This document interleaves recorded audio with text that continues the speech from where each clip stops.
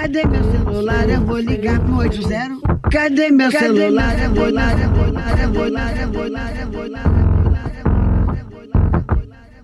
Ninféias apresenta Pílulas Feministas.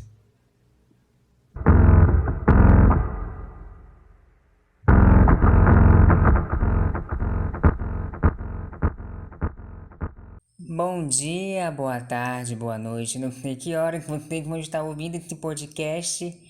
Eu me chamo Lia Normani e eu sou atriz, sou arte educadora, sou criadora de conteúdo formada em teatro e literatura pela Universidade Federal do Maranhão e atualmente sou graduanda em literatura em estudos africanos e afro-brasileiros também pela Universidade Federal do Maranhão, gente. As minhas redes sociais são @lianormani com Y e vocês podem estar me seguindo tanto pelas outras plataformas digitais como TikTok, YouTube, Instagram, por exemplo, para saber e para ficar por dentro dos meus conteúdos, né? Que são basicamente sobre transgeneridade, também tem uma pitada de humor, né? Para coisas ficarem mais leves, né, mais sóbrias, para não ficar muito pesado. Mas também, quando eu quero falar sério, como é o caso de hoje, eu também falo sério. Então, eu quero agradecer, né, novamente a Ninféias por esse convite, por essa oportunidade, para dar luz também ao que a gente vai falar sobre transfake, um assunto que ultimamente está sendo muito debatido e também está sendo debatido principalmente pelas pessoas que também, né, que estão dando luz a esse tema, que estão dando a devida importância a esse tema, que muitas vezes giram em torno delas também, não só das pessoas trans e travestis. Então a gente vai falar sobre isso hoje, espero contribuir muito, tanto com vocês aí que estão me ouvindo, e tanto quanto que eu vou falar sobre esse tema, pois é um tema que é bastante pertinente e que por um bom tempo ficou esquecido ou não tenha dado a sua devida importância, né, lá atrás, mas hoje a gente vai dar esse suporte, essa relevância para esse tema, então vamos lá. Eu tenho que acordar todas as manhãs com esses merda tratando nós feito cães. Esses merda nem sabe tratar os cães. Eu tenho que acordar todas as manhãs com o peso de ser trans. O peso de ser trans. O peso de ser trans. O peso de ser trans. O peso de ser trans. E bom, gente, basicamente o que seria o transfake? O transfake, tendo uma ideia mais resumida do que seria a prática em que atores cisgêneros, né, atores que se identificam com o gênero que lhe impuseram, interpretando personagens trans e travestis em obras ficcionais. E tem gente, né, tem comunidades e tem algumas organizações militantes que associam até fazem uma analogia ao blackface. As pessoas ultimamente não usam muito, né, essa analogia, porque o transfake ele se utiliza também tanto na comédia quanto no drama, porque esses corpos trans são completamente excluídos de qualquer obra ficcional, de qualquer obra cinematográfica ou mesmo teatral, para a representação do nosso corpo por pessoas cisgêneras.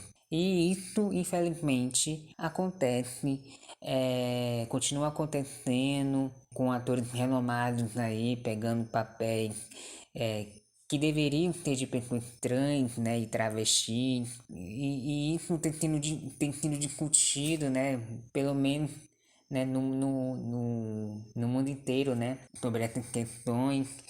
Eu acho muito válida que essa discussão venha à tona. Primeiro porque nós, pessoas trans e travestis, eu como uma mulher, eu como um travesti, né, como uma mulher trans, me vi pensando nisso. Primeiro porque quando eu comecei minha transição, o convite para atuar tanto no audiovisual e principalmente no teatro, que é a minha área, né, onde eu estou formada, cessaram completamente. E as pessoas preferiam contratar uma atriz de gênero para fazer certos tipos de papéis. Em troca, eu ficava, né, ali para escanteio. E isso é uma questão que veio junto comigo também de como a arte também inclui. A arte também continua sendo muito como ponto muito separatista com certos corpos, principalmente corpos pretos, corpos trans, corpos periféricos. A arte continua sendo branca, cisgênera, de classe média.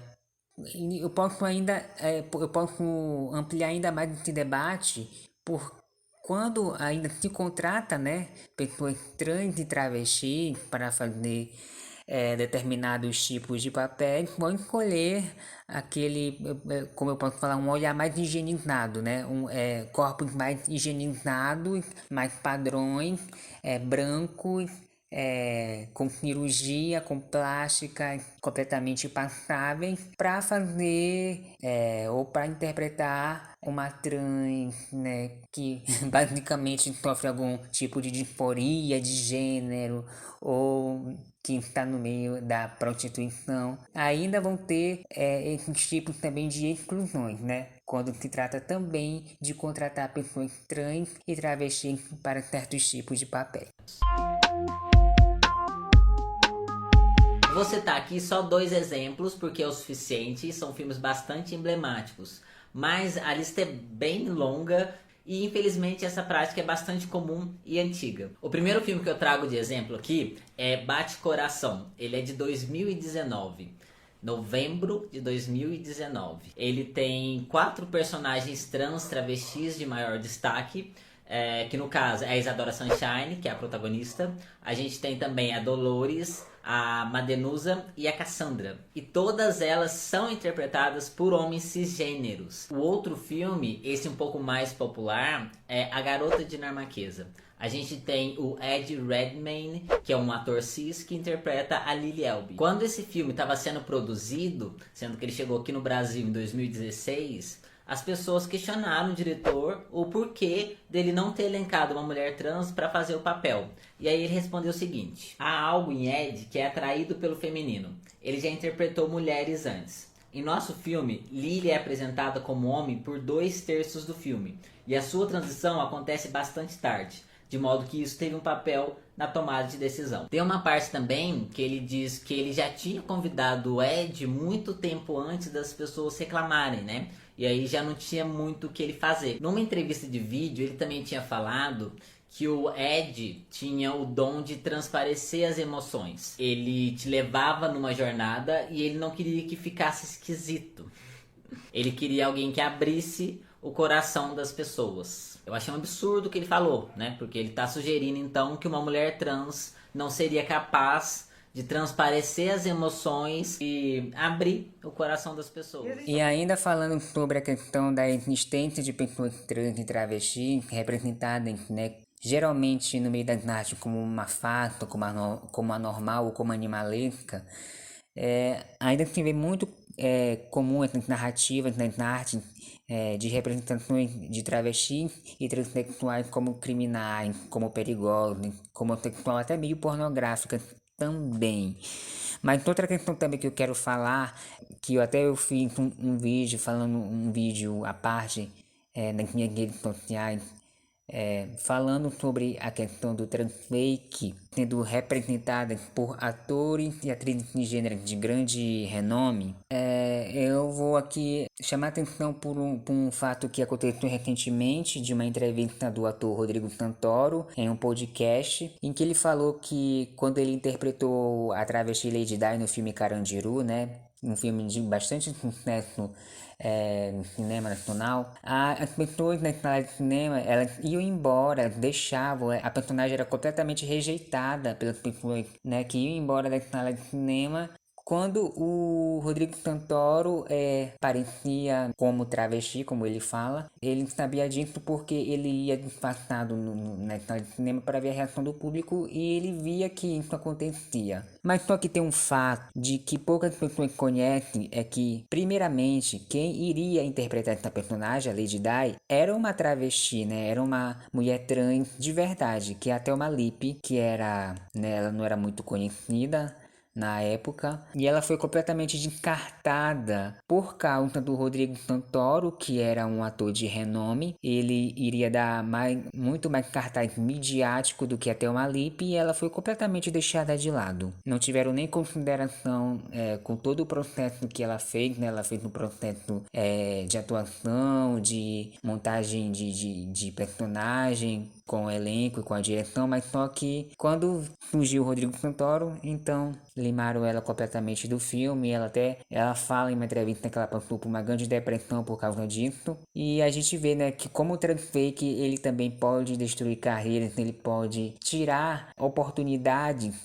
de pessoas trans e travestis que realmente estavam ali para fazer o trabalho, que estavam ali mesmo empenhadas para fazer o trabalho por conta de apelo midiático, ou mesmo de um ator ou uma atriz cisgênera que não tem nada a ver com a vivência daquele personagem, mas só que por questões mesmo financeiras, por questões de marketing do filme, da obra cinematográfica, as pessoas trans e travestis ainda são completamente deixadas de lado. Trazendo um outro contraponto que eu quero fazer por aqui, um filme que recentemente teve bastante repercussão e que está em cartaz na Netflix, né, do catálogo da Netflix, que é Alice Júnior, que é interpretada por uma atriz trans de verdade, que é a Anne Mota, que é a protagonista do filme. Eu assisti o filme e é um filme completamente fora da curva, né, que foge desses estereótipos de personagem trans, sofrendo e tudo mais, né, uma comédia bem leve, bem ousada e também bem criativa. E a Anne Mota, ela fala que muitas pessoas ainda confundem ela com a personagem. E ela fica bastante incomodada com isso, porque geralmente isso não acontece, né? Pelo menos atualmente não acontece muito com pessoas cisgêneras. Mas sempre confundem ela com a personagem e ela tem que explicar que ela e a personagem são personagens completamente distintas. E a gente vê que até o transfake, nisso, o transfake é prejudicial. O transfake se dá basicamente na falta de oportunidade que pessoas trans e travestis se encontram. Eu só posso dizer assim, realmente saltar que o transfake é um completo desserviço, porque traz essas problemáticas nocivas e que, assim, não tem nada de valor que possa dar, agregar na vida ou mesmo na representação de pessoas trans e travestis, porque sempre vai ter esses problemas, principalmente quando ocorrem narrativas bastante problemáticas em querer retratar a vida de pessoas trans e travestis, quando não tem uma consultoria ou mesmo uma pessoa trans ou travesti para dar aquele suporte. É pé na porta e não importa como soa. No geral só vê hétero, cis às vezes enjoa. O intuito aqui é abraçar cada pessoa, que nós é LGBT, mas o que ia mais não tá ali à toa. O espaço aqui tá tão vazio que a minha voz ecoa. E outra questão que eu quero falar por aqui, mas que não é menos importante, é a questão da performatividade drag queen normativa, né, interpretada por homens cis principalmente. E esse debate foi trazido nas redes sociais pela MC Trans, em que ela confronta o ator e cantor Renato Chipe, que interpreta a Karen Kardashian, que é uma personagem que dá conselhos de como agarrar um milionário e se dar bem na vida. A MC Trans, ela traz muito a esse assunto quando ela fala de que certas personagens, certas drag queens que acabam reforçando estereótipos de feminilidade hegemônica, como maquiagem, penteado e certos tipos de comportamento, muitas vezes problemáticos, acabam contribuindo para a total exclusão de mulheres trans e travestis em trabalhos artísticos, em campanhas publicitárias e em outros setores em que pessoas trans deveriam ser protagonistas. A ANTRA também endossa esse discurso da MC Trans, publicando uma carta aberta que foi escrita pela influencer, cantora e ex-integrante da banda O, Mel Gonçalves. A Mel Gonçalves, que é uma travesti, ela fala principalmente de como homens cis que performam drag queens, principalmente drag queens normativas, tem que ter muito cuidado com essas performatividades que muitas vezes acabam reforçando certos estereótipos machistas, sexistas, misóginos e acabam desumanizando identidades. também de mulheres trans e travestis. Por quê? Porque ainda não tem o entendimento, muitas pessoas não têm esse entendimento social do que seria uma drag queen, do que seria uma travesti ou do que seria uma mulher trans.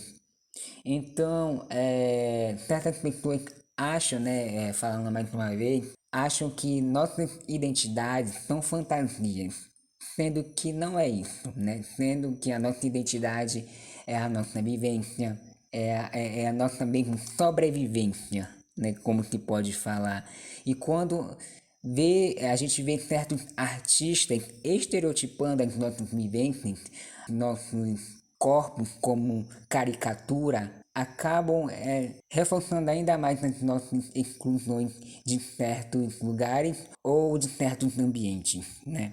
Aquela velha máxima de que falei, de que como o transfake também acaba caindo nesse território artístico, que deveria ser um território acolhedor, mas que acaba mesmo só reforçando a nossa exclusão, a nossa total apagamento de nossa identidade, desses certos aspectos que existem nessas performatividades artísticas. Então, tem que ter muito cuidado também com essas performatividades que, ao invés de estarem contribuindo para uma total positividade nas nossas vivências, acabam reforçando ainda mais as violências, muitas vezes simbólicas, contra pessoas trans e travestis. Bandida chavosa mais braba. Por bem ou por mal vai ter que respeitar. A invasão começou, você nem percebeu. A dona do game são elas e eu. Não vale tua voz que é só criticar. Erika já entrou na política. Então é isso, gente. Eu vou me despedindo por aqui. Obrigada a todas e todos que me ouviram nesse podcast sobre esse assunto do transfake, que é um assunto que não é um assunto unânime, né? Que nem toda pessoa vai ter um ponto de vista só, nem toda pessoa vai ter uma opinião em que vá concordar, mas, né, é esse debate que eu quero que, principalmente vocês, pessoas cis, tenham em suas vidas. Espero ter contribuído com ideias, com reflexões que de fato possam se tornar iniciativas reais no combate ao transfake. Então, eu só tenho a agradecer à Unifé por ter me feito o convite novamente. Espero contribuir com muitos mais podcasts por aqui. Então é isso. Tchau, tchau.